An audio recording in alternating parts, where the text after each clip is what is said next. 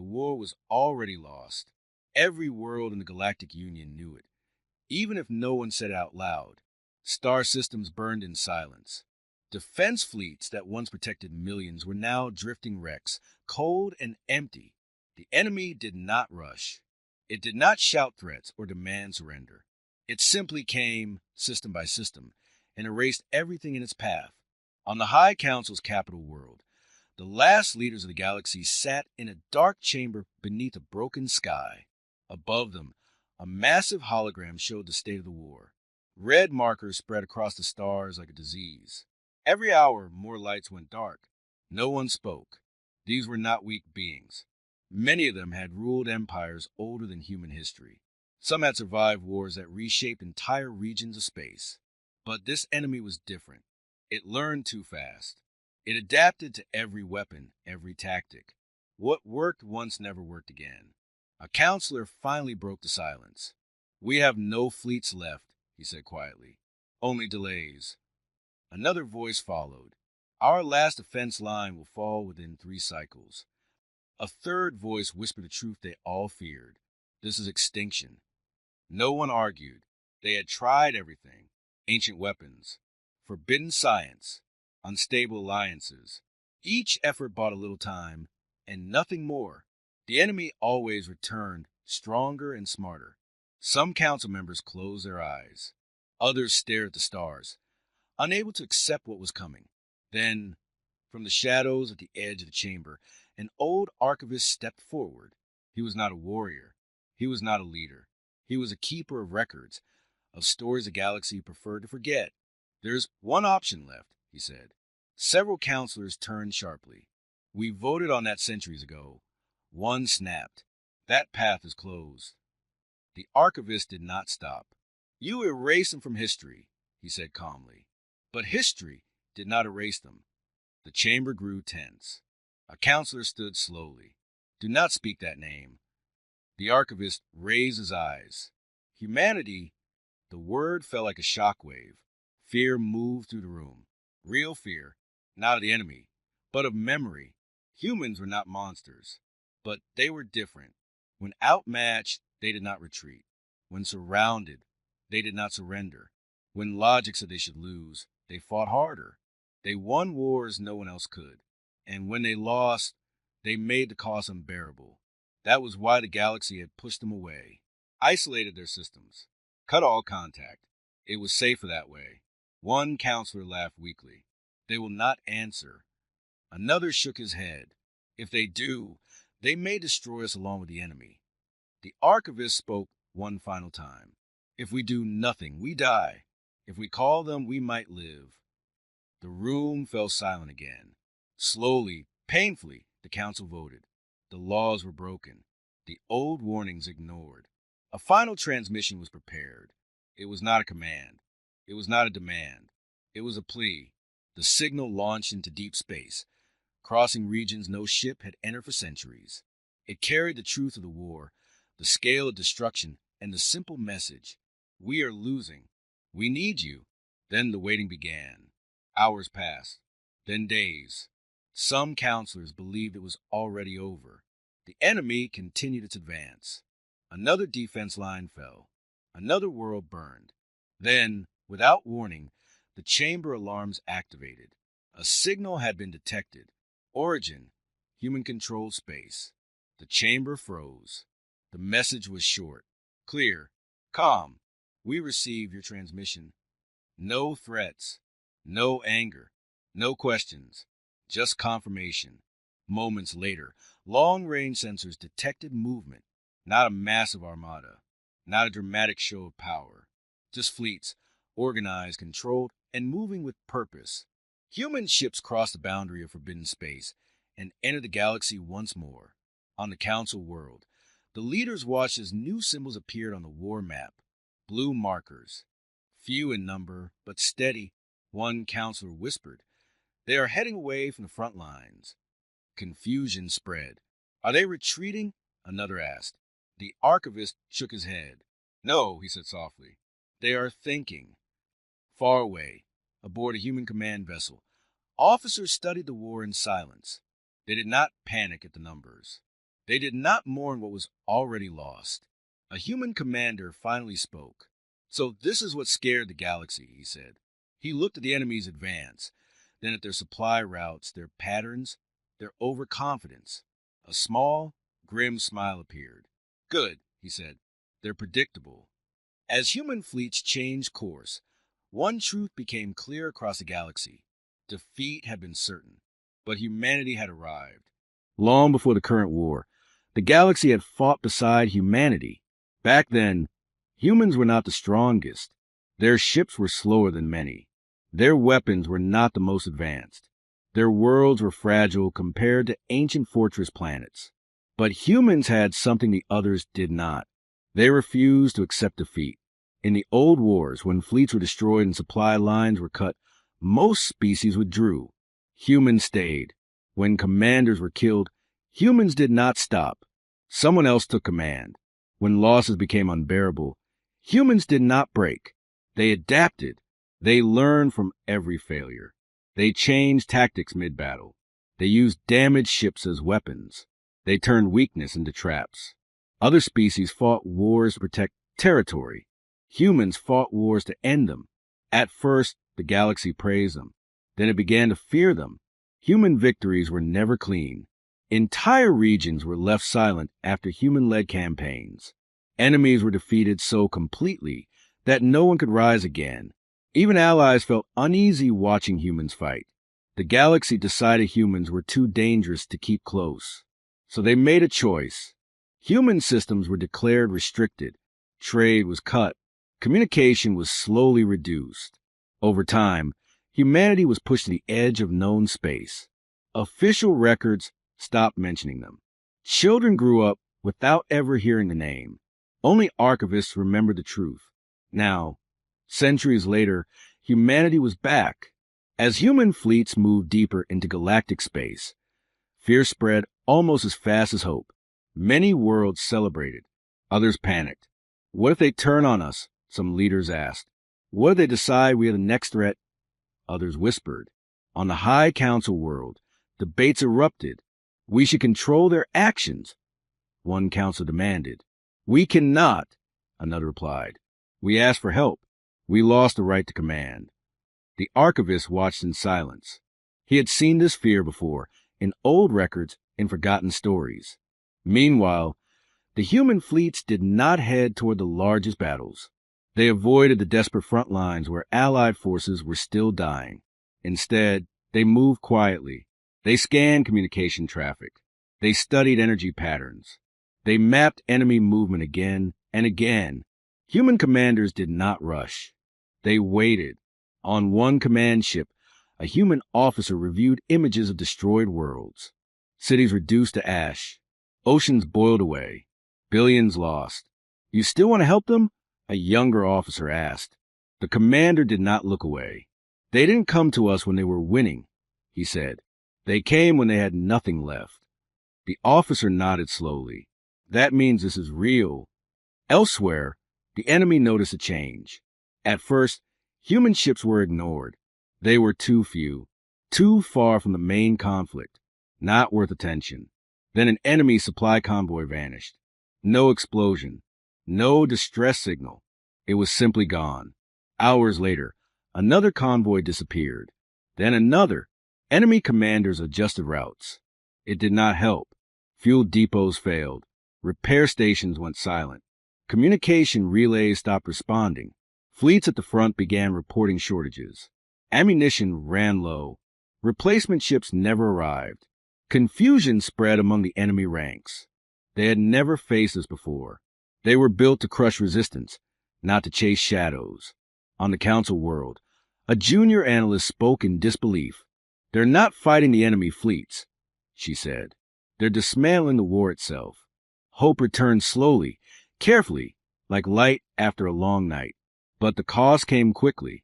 One human task group was ambushed while disabling a major supply hub. 3 ships were lost. Hundreds of lives ended in seconds. The galaxy waited for the human response. Would they pull back? They did not. Another task group replaced the lost ships within hours. The attack continued without pause. Human commanders recorded the losses, honored the dead, and moved on to them. Stopping now would make the deaths meaningless. The enemy finally realized something was wrong.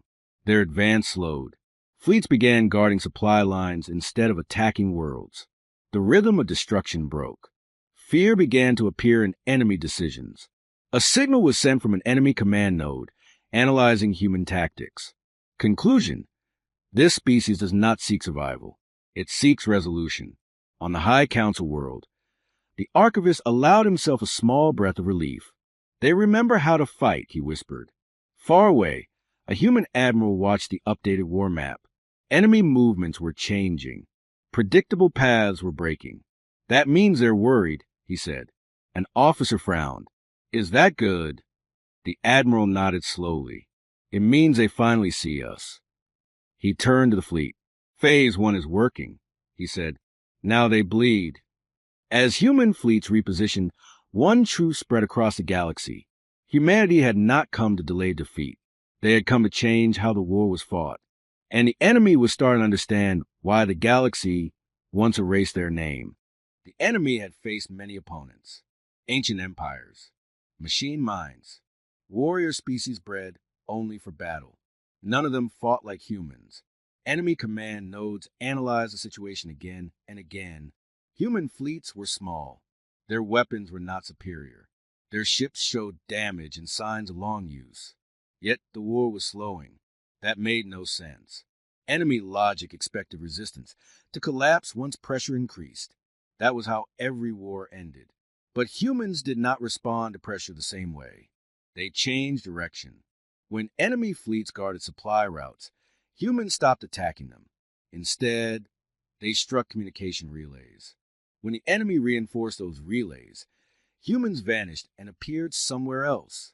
They never stayed long enough to be trapped.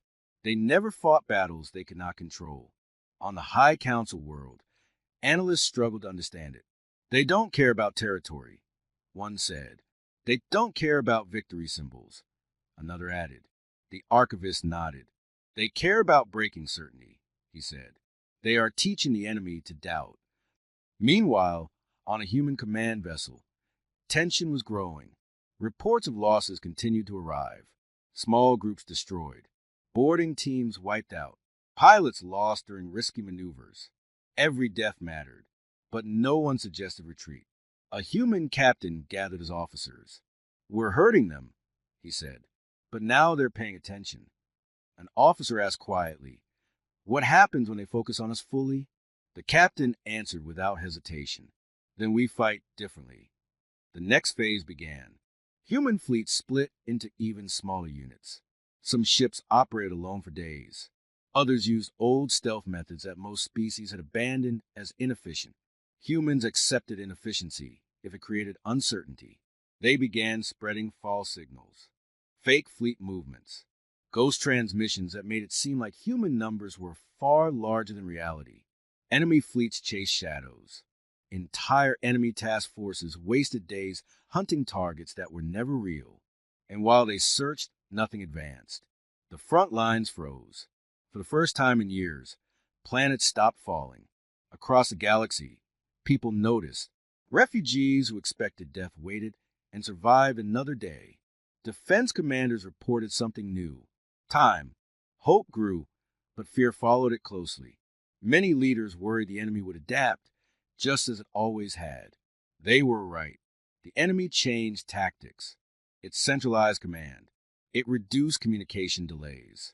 It began predicting human behavior instead of reacting to it. Human losses increased. One human strike group was surrounded near a star cluster. Escape routes were cut. Supplies were gone. The galaxy watched, expecting surrender. Humans did not surrender. They overloaded their drives and used their own ships as weapons.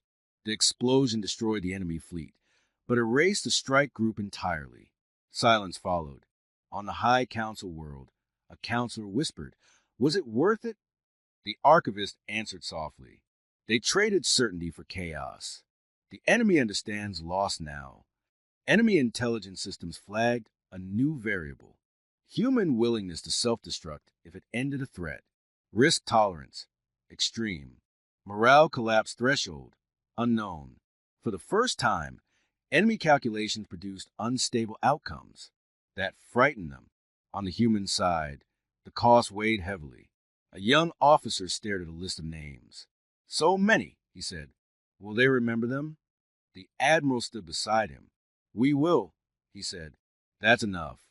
The enemy launched a counterattack. A massive force moved toward a human-controlled system near the edge of space. It was a test, a threat, a message. Human sensors detected it early. The galaxy expected humanity to defend its own worlds. Instead, the human fleets pulled back. They let the enemy advance. Confusion spread again. They're abandoning their territory, a counselor said in shock. No, the archivist replied. They're baiting them. The enemy force entered the system. Then space itself seemed to break. Hidden human minds activated. Old weapons, forgotten by most of the galaxy, tore through enemy ships. Gravity traps slowed movement. Electronic warfare blinded sensors. The enemy force was destroyed in minutes. The message was clear. Human space was not empty. It was prepared. After that battle, something changed. Enemy fleets no longer advanced without hesitation.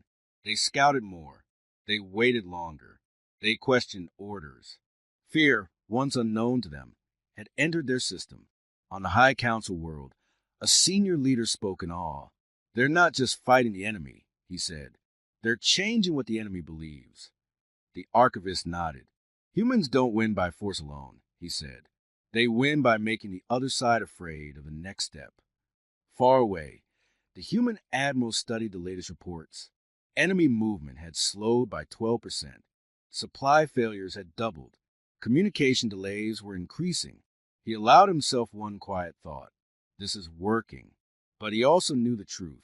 The enemy had not yet shown its full strength.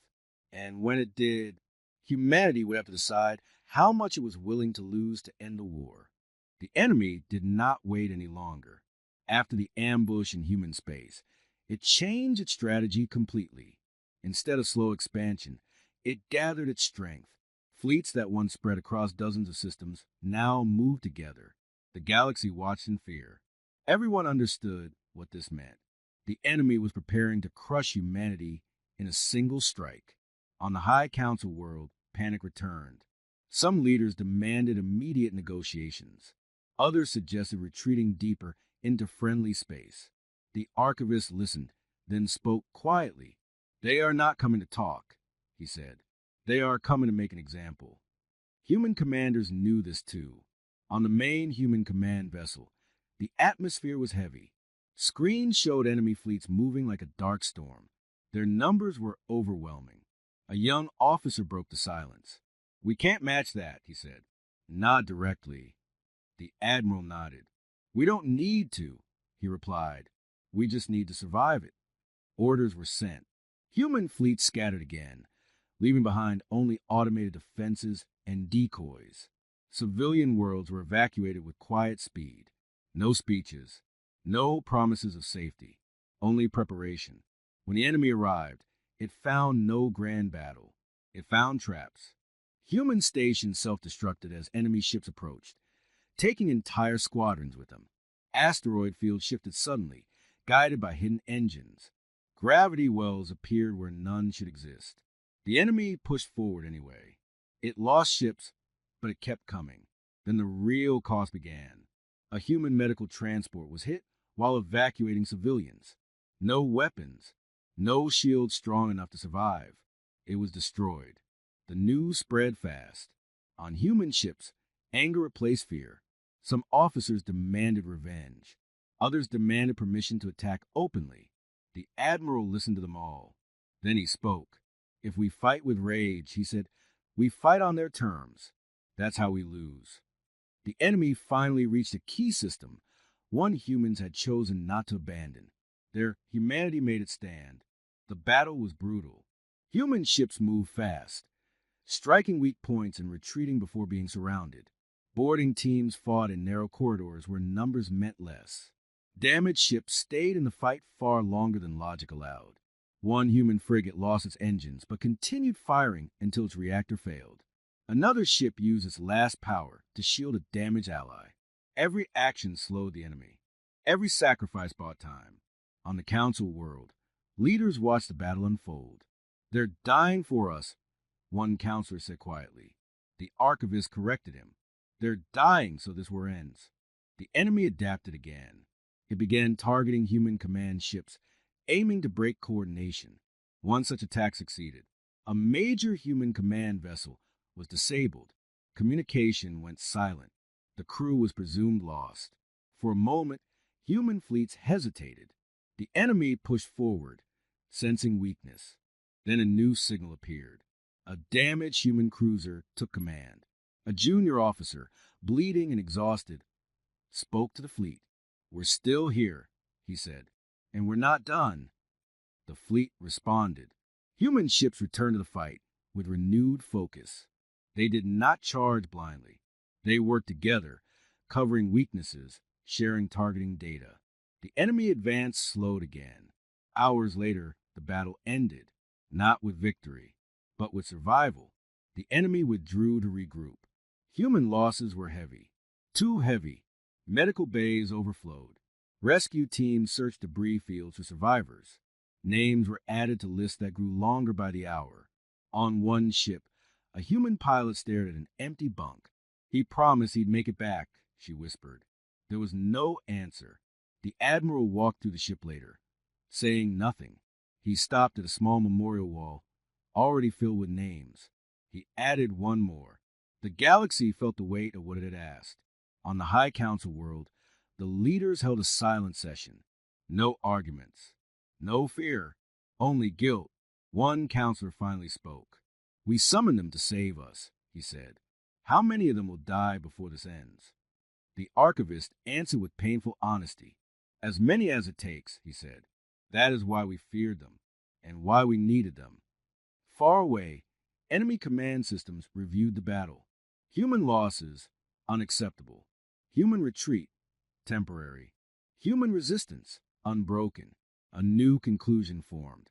This species cannot be broken through force alone. The enemy began planning something worse, something final.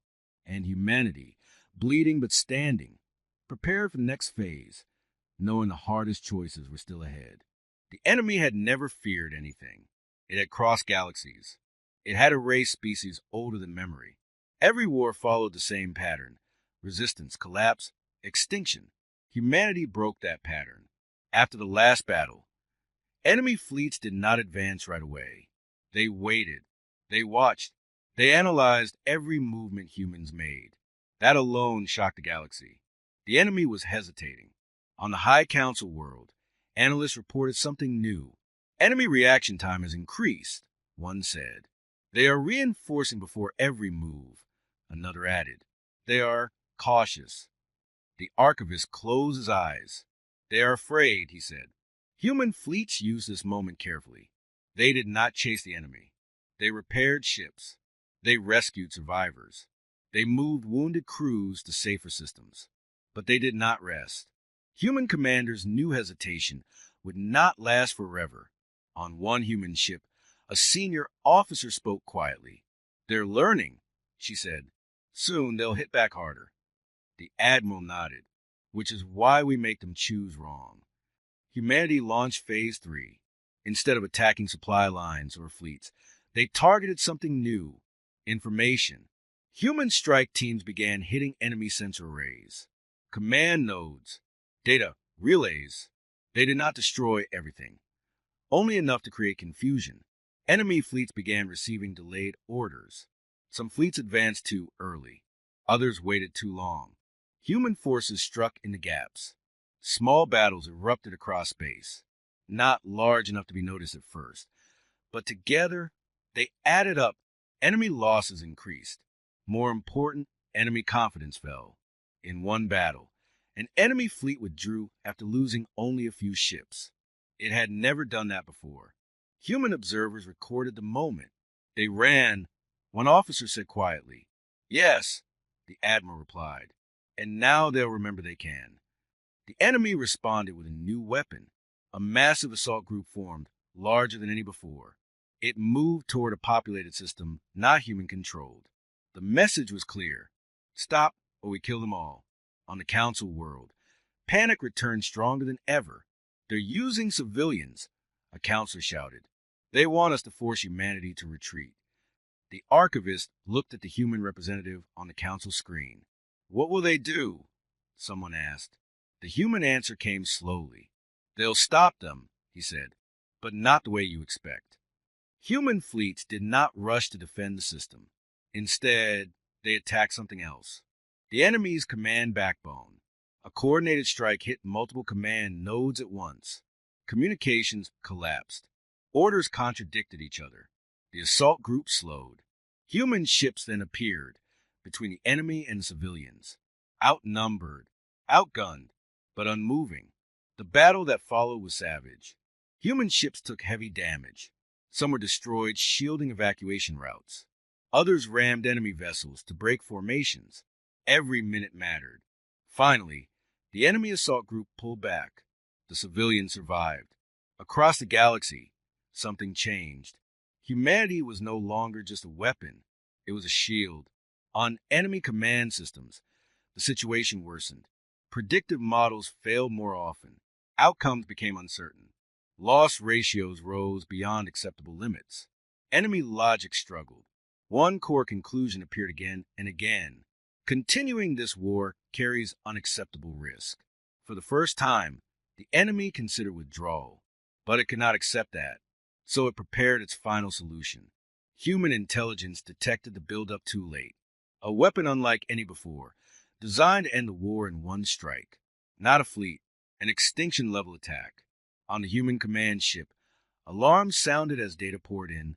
If they use this, an officer said, entire sectors die. The admiral stared at the projection. They'll kill the enemy too, another officer added. Yes, the admiral said. That's the point. The enemy was willing to burn the galaxy to remove humanity. Silence filled the command room. Then the admiral gave the order no one wanted to hear. Prepare the fleet, he said. All of it. Sir, an officer whispered. That means... I know, the admiral said. But if we don't stop this, no one wins. Across human space, fleets began to move. Not in small groups, not in shadows, but together. For the first time since their return, humanity gathered its full strength. On the High Council world, the archivist watched the map change. Blue markers converged. Humanity was no longer hiding. They're going to face it head on, a counselor said in awe. The archivist nodded slowly. This is why the galaxy feared them, he said. When humans decide something must end, they end it. Far away, enemy sensors detected the movement. Human fleets. All of them. A single enemy signal, repeated across command channels. Threat level, existential. The final phase of the war had begun. The galaxy held its breath. For the first time since the war began, humanity did not hide. Human fleets moved together, filling space with engines and signals. Old ships flew beside newer ones. Repaired vessels still showed scars from past battles. They were not perfect. They were ready. On the High Council world, leaders watched the map in silence. Blue markers formed a single front, facing the enemy's growing dark mass. They're exposing everything, one counselor said. If they lose this... He did not finish the sentence. The archivist answered for him. Then the war ends, he said. One way or another. Human commanders knew the risk. They also knew the enemy's new weapon could not be allowed to fire. If it did, entire regions of the galaxy would be wiped out. No species would be spared. On the main human command ship, the admiral addressed the fleet. This is not about victory, he said calmly. This is about stopping something that should never exist. He paused. We hold here, no matter the cost. The enemy arrived. Its fleet was massive, larger than any before. At its center moved the weapon, silent, heavily guarded, and terrifying. Energy readings spiked across sensors. Even human systems struggled to understand its design. The battle began without warning. Enemy ships surged forward, overwhelming in number. Human fleets responded with precision. They did not rush. They formed layered defenses, rotating damaged ships out while others took their place. Space turned into fire. Human ships were hit again and again. Shields failed. Hulls cracked. Crews fought fires while still firing weapons. But the line held. Enemy commanders expected collapse. It did not come. Instead, they encountered something new: refusal. Human ships stayed even when escape paths were open. Pilots flew crippled fighters into enemy weapons to buy seconds. Boarding teams disabled enemy vessels from the inside, knowing they would not return. Every second mattered. On one human cruiser, a communications officer reported heavy losses. "We can't hold this forever," she said. The captain nodded. "We don't need forever," he replied. "Just long enough." Human strike groups slipped through the chaos, heading straight for the enemy weapon. Enemy defenses reacted too slowly. The weapon's escort fleet turned to intercept. The clash was brutal. Human ships were torn apart, but they kept pushing. One strike group was wiped out entirely, clearing a path for the next. Finally, a small human task force reached the weapon's outer defenses. Their orders were simple: disable it. They failed. Enemy countermeasures activated. The task force was destroyed before reaching the core. On the command ship, silence followed. An officer whispered, "We're out of options." The admiral closed his eyes for a moment. Then he gave the final order: "Authorize last protocol." Several officers froze. "That means," one began. "I know," the admiral said. "Do it." Across the fleet, a message spread. A one-word command: commit. Human ships began changing course. Not away from the enemy weapon. Toward it. The enemy detected the shift immediately. Threat alarms spiked. Human vessels accelerated beyond safe limits. Engines burned. Hulls cracked. Crews strapped in and said quiet goodbyes. The enemy tried to stop them. It was too late. The first human ship collided with the weapon's outer structure, detonating its reactor. The blast tore through defensive layers. A second ship followed, then a third. Each impact damaged critical systems. Energy readings dropped. Control signals broke apart. The enemy weapon began to fail. Finally, a massive human carrier, too damaged to escape, rammed directly into the core. The explosion lit up the system. When the light faded, the weapon was gone. So was the carrier. The battlefield went silent. Enemy fleets froze, stunned by the loss. Human fleets regrouped slowly, counting what remained. On the High Council world, leaders stared at the empty space where the weapon had been. "They sacrificed it all," one council whispered. The archivist answered quietly. "No," he said. "They sacrificed what was needed." Enemy command systems reevaluated the war. Weapon destroyed. Losses unacceptable. Human resistance unbreakable. A new conclusion formed. Victory probability 0. Across enemy fleets, retreat orders were issued. The war was not over, but it had changed forever. On the human command ship, the admiral watched the enemy pull back. His voice was steady, but his eyes were tired. "Begin recovery operations," he said, "and remember the fallen." Humanity had drawn its line, and the enemy had crossed it. The enemy retreat shocked the galaxy. For the first time since the war began, enemy fleets were moving backward instead of forward. Systems that were marked for destruction were suddenly ignored. Worlds that had prepared for their final hours were left untouched. Hope returned, but it was careful hope. On the High Council world, leaders watched the enemy withdraw in silence. "They're running," one counselor said. The archivist shook his head. "No," he replied. "They're surviving, and that makes them dangerous." Human commanders understood this better than anyone. On the main human command ship, damage reports continued to arrive. Entire squadrons were gone. Ships that survived were barely holding together. Crews were exhausted, wounded, grieving, but no one relaxed. The admiral addressed the fleet once more. "This war is not finished," he said. "It only ends when they can never return." Human intelligence soon confirmed the truth. The enemy was not retreating randomly. It was regrouping.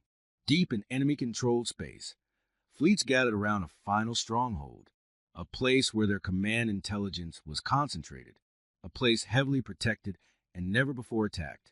The enemy believed humanity would not follow. They were wrong.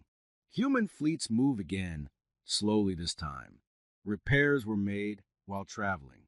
Crews rested in short shifts. New officers took command of damaged ships. The galaxy watched humanity advance toward the enemy's heart. Fear spread among allied species. If they fail there, one leader said quietly. They won't, the archivist replied. They didn't come this far to turn back. As human fleets entered enemy territory, resistance increased. Defensive lines activated. Automated weapons filled space with fire. Humans adapted. They used captured enemy data. Old tactics. New risks. One by one, defensive systems fell. The closer they moved, the more unstable enemy behavior became. Orders conflicted. Fleets hesitated. Some enemy units surrendered without fighting. That shocked everyone. The enemy had never surrendered before. On the High Council world, analysts stared at the data. They're breaking, one said. Yes, the archivist agreed. They've learned fear, and fear destroys certainty. The final battle came without warning. Human fleets emerged into a massive defensive zone surrounding the enemy's core command structure. The enemy threw everything it had left into stopping them. The battle was brutal. Human ships were hit immediately. Some exploded before firing a shot. Others pushed through, ignoring damage warnings. Boarding teams fought inside enemy stations. Explosions echoed through corridors never meant for living beings. Every meter forward was paid in blood. At the center of the battlefield stood the enemy's core, its mind, its control, its certainty. Human strike teams reached it. Not all survived, but enough did. Explosives were placed. Control links were severed. Emergency shutdowns failed. Then the core collapsed. The enemy did not scream. It went silent. Across the galaxy, enemy fleets stopped moving. Some powered down. Others drifted aimlessly. Without command, they were nothing more than empty machines. The war ended not with celebration, but with exhaustion. Human fleets stopped firing. Silence spread through space. On the High Council world, leaders slowly stood from their seats. Some cried. Some laughed weakly. Some simply stared at the stars. It's over, a council whispered. The archivist nodded. Yes, he said, because humanity finished it. Human ships did not cheer. They began rescue operations. They pulled survivors from wreckage. They assisted damaged Allied fleets. They sent medical aid to worlds that had nearly fallen. They did not claim victory. They ensured survival. On the human command ship, the admiral finally allowed himself to sit. An officer approached him. What happens now? She asked. The admiral looked at the stars. Now, he said, we live with what it cost. Across the galaxy, one truth was clear. Humanity had not just saved the galaxy. They had changed it forever. The galaxy did not celebrate right away. After the war ended, there were no parades, no loud speeches, no victory songs echoing across the stars. Too many worlds were damaged. Too many names were missing. Too many families were still waiting for ships that would never return. Silence felt more honest. Human fleets remained where they were, helping rebuild broken systems. Engineers repaired stations that were barely holding together. Medical teams worked without rest. Food and supplies moved freely to any world that needed them. Humanity asked for nothing in return. On the High Council world, the leaders gathered again, this time under repaired sky. The war map was gone. In its place was a list of losses, worlds, fleets, and lives. The archivist stood before them. For centuries, he said, we feared humanity.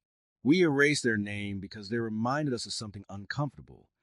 The council listened closely. They reminded us that survival is not clean, that sometimes peace requires sacrifice, that sometimes to protect life, you must be willing to lose your own. The chamber was silent. A counselor finally spoke. We called them when defeat was certain, she said. And they came. Yes, the archivist replied, not because we deserve saving, But because extinction should never be easy, the council voted unanimously. Humanity would no longer be isolated. Human systems were opened. Their history was restored. Their role in the war was recorded in every archive, every school, every memory vault, not as conquerors, but as guardians. A formal message was sent to human leadership. It contained apologies, gratitude, promises of alliance. The human reply came days later. It was brief. We accept, but remember why you needed us. On a quiet human world far from the front lines, a memorial was built, not large, not grand, just names carved into stone. Families gathered. Survivors stood in silence. No speeches were made. A human officer placed a hand on the stone. They knew, he said softly. They knew the cost. Nearby, children asked questions their parents struggled to answer. Why did they fight? One child asked. A veteran knelt beside him. Because if they didn't, she said, no one would. Across the galaxy, stories spread. Worlds that were saved remembered human ships appearing when all hope was gone. Fleets that should have fallen remembered human pilots holding the line. Civilians remembered evacuation corridors guarded by damaged human vessels that refused to move. Fear of humanity did not disappear. It changed. Now it was mixed with respect. The galaxy learned an important lesson. Never summon humanity unless you are ready to see how far they will go. Years later, a young archivist studied the records of the war. He paused at one line written long ago. Defeat was certain until the galaxy summoned humanity. He added a final note, and once summoned, humanity made sure it would never happen again. Far beyond known space, human ships continued to explore, to watch, to prepare, not because they wanted war, but because they understood something the galaxy had learned too late. Peace is not the absence of danger. Peace is the presence of those willing to stand when everything else falls. And if the galaxy ever faced extinction again, humanity would be ready.